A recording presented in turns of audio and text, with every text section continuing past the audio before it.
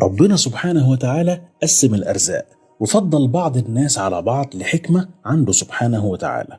والله فضل بعضكم على بعض في الرزق. لما تبص على الناس هتلاقيهم متقسمين درجات، منهم الغني اللي دخله أكبر بكتير من احتياجاته، ومنهم فوق المتوسط اللي دخله مغطي احتياجاته وعنده فائض يعيش مرتاح، ومنهم المستور اللي يدوب مكفي نفسه، اللي جاي على قد اللي رايح وكان الله بالسر عليم، ومنهم الفقير اللي ما حيلتوش حاجة وحتى لو بيجيله حاجة ما بتكفيش ولا ربع احتياجاته. وبين الدرجات دي ودي درجات كتير وكتير.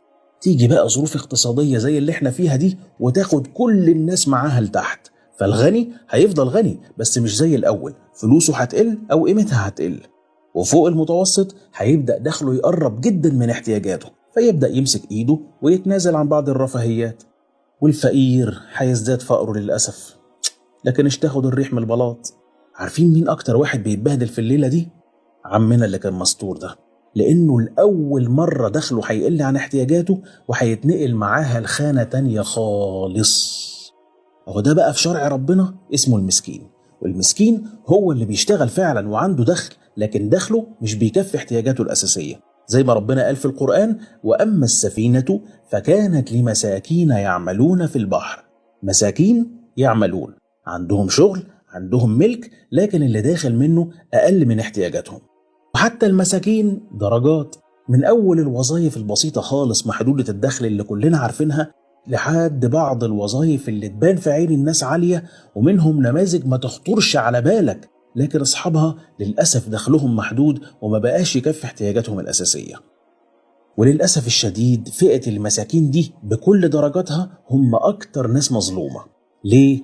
أولا لأن الناس شايفينه بيشتغل، وفي ناس عندها اعتقاد كده أنه طالما بيشتغل وعنده دخل يبقى عارف يدبر حاله، خلينا احنا مركزين مع المعدوم. الكلام ده غلط.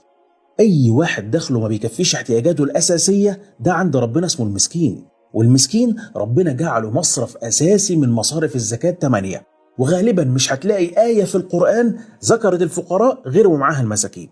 دي تقسيمة ربنا. انت عندك أولويات تانية، انت حر، لكن مش من حقك أبدا تقول إنه مش مستحق عشان بيشتغل.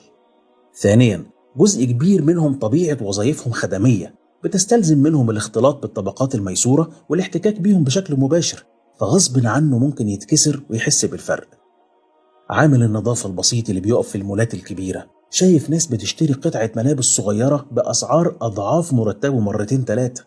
عامل البنزينة اللي واقف يمون العربيات شباب مكافح زي الورد بيدخل عليه ناس وعربيات أشكال والوان.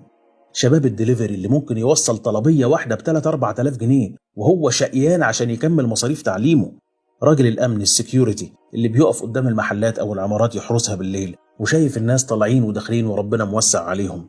كل دول في شرع ربنا مساكين، اجتمع عليهم ألم الاحتياج مع ألم الإحساس بالفرق والحرمان. ده انت نفسك لو قضيت يوم وسط ناس أغنى منك بكتير غصب عنك هتحس بالفرق، ويمكن تحزن على حالك اللي هو أصلا زي الفل وكل الناس بتتمناه، فما بالك بالمسكين اللي مش لاقي أساسيات حياته. يمكن بيحس بالحرمان أكتر من الفقير الغلبان اللي قاعد في مكانه منعزل عن بهرجة الدنيا، كل همه ياكل ويشرب وبس، والجمعيات الخيرية كلها مركزة معاه وبتوصل له لحد عنده وتأمن له احتياجاته، وفي بعض مواسم الخير ممكن يوصل له اللي يغطي احتياجاته واكتر ولو بشكل مؤقت، وربنا يا رب يزيد المحسنين. أما التاني ده فملوش حد إلا ربنا، كان ممكن يستسهل ويتسول زي ما بنشوف ويجمع ثروات، لكن اختار يعافر ويكسب لقمته بالحلال. الشباب اللي زي الورد اللي بيدرسوا ويكافحوا عشان يغطوا مصاريفهم ويخففوا عن أهاليهم، رجالة كبار في السن عندهم أولاد وبنات في مراحل التعليم المختلفة نفسهم يفرحوا زي ما أولاد الناس بتفرح. كل واحد فيهم عنده أحلام وطموحات زيك بالظبط، بيصارع الواقع اللي هو فيه عشان يدخل على أولاده بلقمة حلال في زمن حتى اللقمة الحلال بقت صعبة.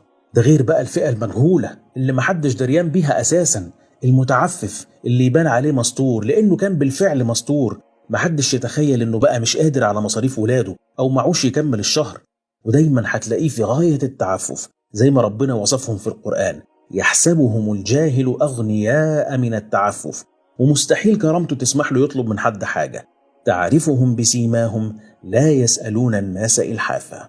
طيب نيجي بقى للمشكلة التانية، نساعد المسكين إزاي؟ لو بنتكلم عن الفئة البسيطة الأولانية فالموضوع سهل الحمد لله، الإكرامية متعارف عليها في كل بلاد العالم ومفيش فيها أي حرج، في كل مرة تتعامل فيها مع حد من الفئة دي اعمل حسابك دايما في إكرامية إضافية زيادة عن حقه، تنوي بيها صدقة خفية تساعده بيها على مشاق الحياة أو تحسبها من زكاة المال. وأما بقى الفئة التانية واللي هتلاقي منهم نماذج كتير في عيلة كل واحد فينا، فالموضوع يبان صعب، لكن الحمد لله على العادات الاجتماعية والتكافلية الجميلة الموجودة في عاداتنا وتقاليدنا، زي العيدية وزي نقطة الجواز والخلفة والنجاح والشفاء من المرض. في كل الحالات دي يجوز تقتطع من زكاة مالك وتديها له. عزومة العيلة في العيد، لو ليك قريب محدود الدخل ادي ولاده عيدية كبيرة من زكاة المال عشان يفسحهم ويأكلهم ويجيب لهم لبس جديد، وهو هيفهم لوحده من غير ما تحرجه بشكل مباشر. لو واحد بيجوز بنته كلم عيلتك واصحابك وجمعوا له رقم كبير وحط فيه من زكاة مالك ولا يهمك، ده مسكين وكمان قريبك ورحمك والأقربون أولى بالمعروف. ودور دايما في محيط عيلتك وأحبابك وجيرانك، هتلاقي ناس كتير تستحق المساعدة، الظروف الاقتصادية بهدلتهم. ما تروحش تدور في آخر الدنيا على واحد محتاج وابن عمك مديون وبيشتغل شغلانتين عشان يعلم ولاده، ولا خالك مش عارف يجوز بنته، ولا جارك مش قادر على مصاريف العلاج. دي وصية حبيبك صلى الله عليه وسلم لما اتسأل عن توزيع الصدقة قال: أرى أن تجعلها في الأقربين. وقال صلى الله عليه وسلم: الصدقة على المسكين صدقة وعلى ذي الرحم اثنتان، صدقة وصلة. وقيل: لا صدقة وذو رحم محتاج. وقال الله تعالى: يسألونك ماذا ينفقون قل ما أنفقتم من خير فللوالدين والأقربين واليتامى والمساكين وابن السبيل. وحاول تتفنن في طريقة توصيل المساعدة بدون إحراج وبحفظ الكرامة وبالهدايا العينية اللي محتاجها كل بيت، واحسبها من زكاة المال وإن شاء الله تاخد أجرك مرتين. وافتكر إن المال مال ربنا سبحانه وتعالى، وآتوهم من مال الله الذي آتاكم، وإن ربنا لما فضل ناس على ناس في الرزق فضلك أنت واختارك إنك تكون اليد العليا. ومن شكر ربنا على نعمته إنك تساعد الفقراء والمساكين اللي حواليك خصوصا في الظروف الصعبة دي. وافتكر إن ربنا سبحانه وتعالى شرع المناسبات الدينية والأعياد عشان نفرح، والفرحة ما تكملش غير لما الكل يفرح.